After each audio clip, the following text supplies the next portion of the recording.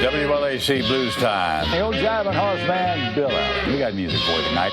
Wynonie Harris. I got some good rockin' tonight. I heard the news.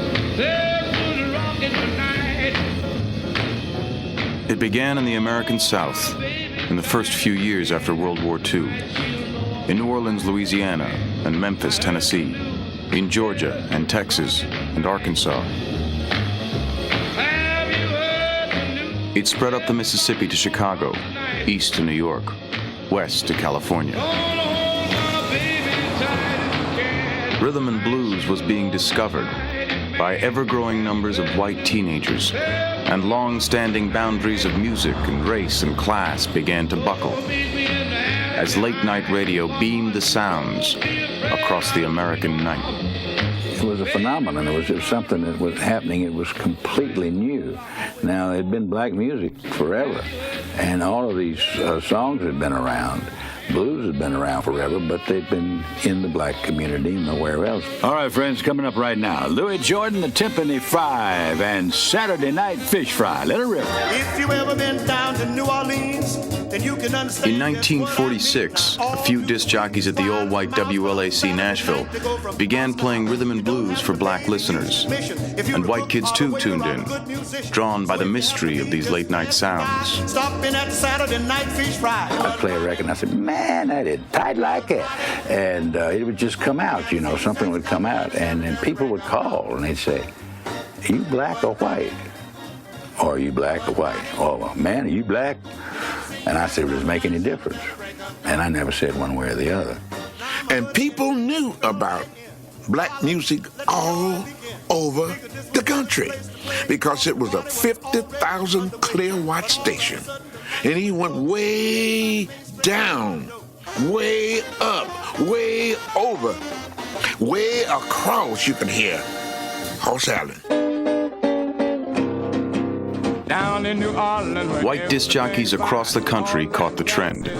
In Cleveland, Alan Freed began playing rhythm and blues in 1951 and called it rock and roll, black slang for sex. And fast-talking, hard-drinking Dewey Phillips in Memphis, loved by blacks and whites alike.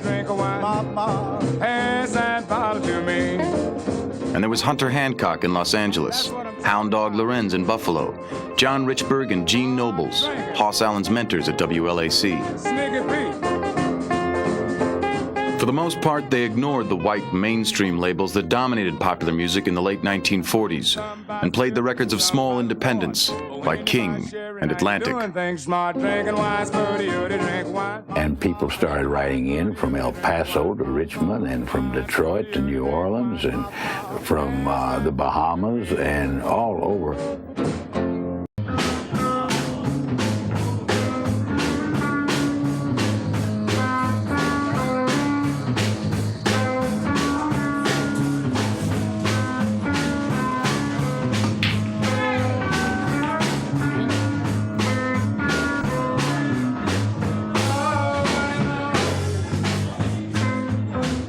Up the Mississippi, in Memphis, Tennessee, black energy and white energy had started coming together in a way that would cause rock and roll to explode all across the country.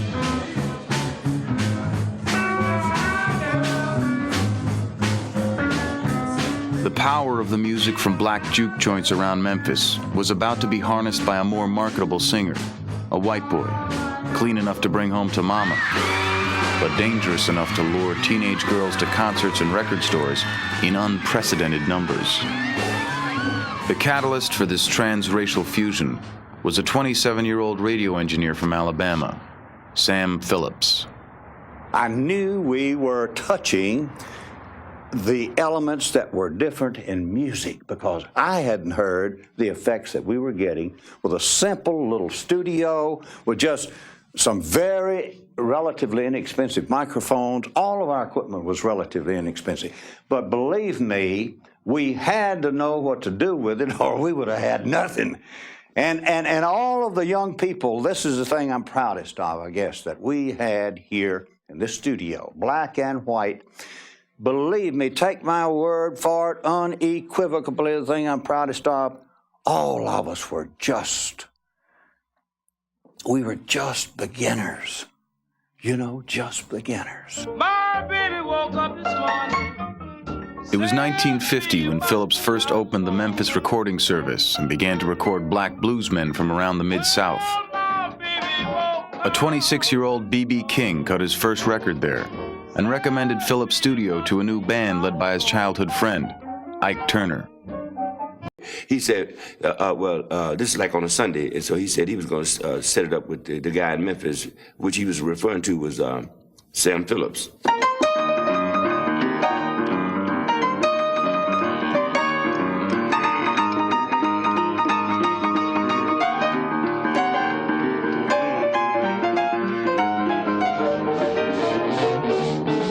You women have heard of jalopies, you've heard the noise they make, but let me introduce my new Rocket 88. Yes. When I recorded Rocket 88, it really did get a lot of attention because now it broadened almost immediately the base of which young white males and females began to get even more interested in rhythm and blues or black music. The white bubblegum kids in those days started listening to Rocket 88, where I think it's mostly, whites like actually a lot of boogie woogie with the twang and singing on top of it. It's actually nothing but boogie. That's what it really is. The success of Rocket 88 inspired Phillips to start his own label, Sun Records. Over the next few years, he recorded a score of local black artists, including piano player Roscoe Gordon, Memphis disc jockey Rufus Thomas, Chester Burnett, better known as Howlin' Wolf, and a group of Tennessee State Penitentiary inmates, the Prisonaires. But he was always frustrated by the limited acceptance of black music. How I long to be with you. In the summer of 1953, an 18-year-old truck driver walked into Sam Phillips' studio and paid $3.98 to cut a record of himself singing My Happiness. I knew when he walked in the door, baby. I said, uh-oh, hey. If anybody can do this, I believe this is the person that can do it. Phillips recruited Scotty Moore, a guitar player with the Starlight Wranglers, to join bass player Bill Black and work up some songs with Presley. After he left, I called Sam, told him this boy's got, decent voice, knows a lot of songs, just a matter of, which might be able to put together. Do you know anything else that's as wild as that? And he cut down on, you talking about a classic, Blue Moon of Kentucky?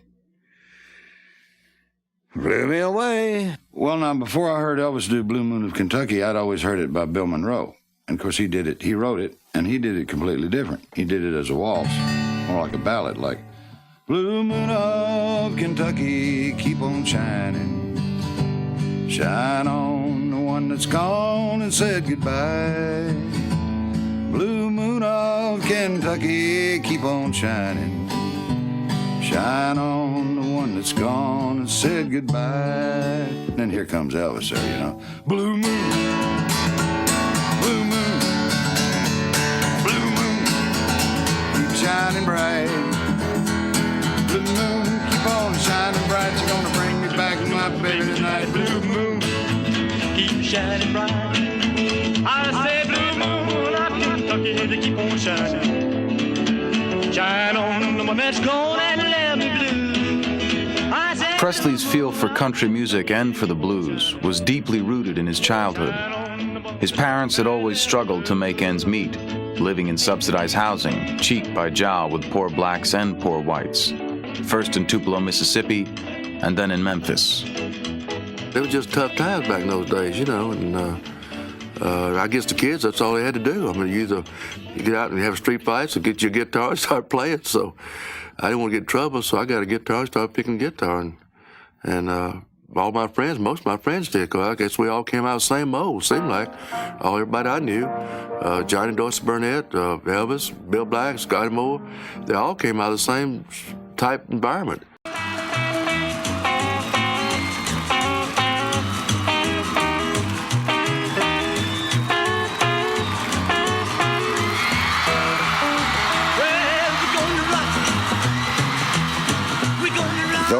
particular elements that flowed one to another is what changed the history of music. The small, adventurous labels and the disc jockeys who played their records had opened doors to new sounds and new attitudes. But an unlikely series of events nearly silenced rock and roll as the 50s drew to a close. Little Richard traded the devil's music for religion in January 1958. 2 months later, Elvis Presley entered the Army. You shake my nerves and you rattle my brain. Too much love drives a man insane. You broke my will. Jerry Lee Lewis was blacklisted after his marriage to his 13-year-old cousin was revealed. Chuck Berry was arrested for transporting a teenage girl across state lines in 1959. And promising new talents were struck down in fatal accidents. Buddy Holly, Ritchie Valens, The Big Bopper, and Eddie Cochran. Then you know why I feel blue without Peggy. Turn me loose, I say. And as major record labels went after the teen market, they saturated record stores and airwaves with non-threatening, squeaky clean teen idols.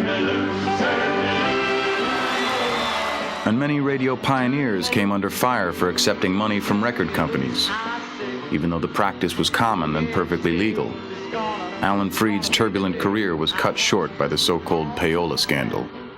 He died at the age of 42.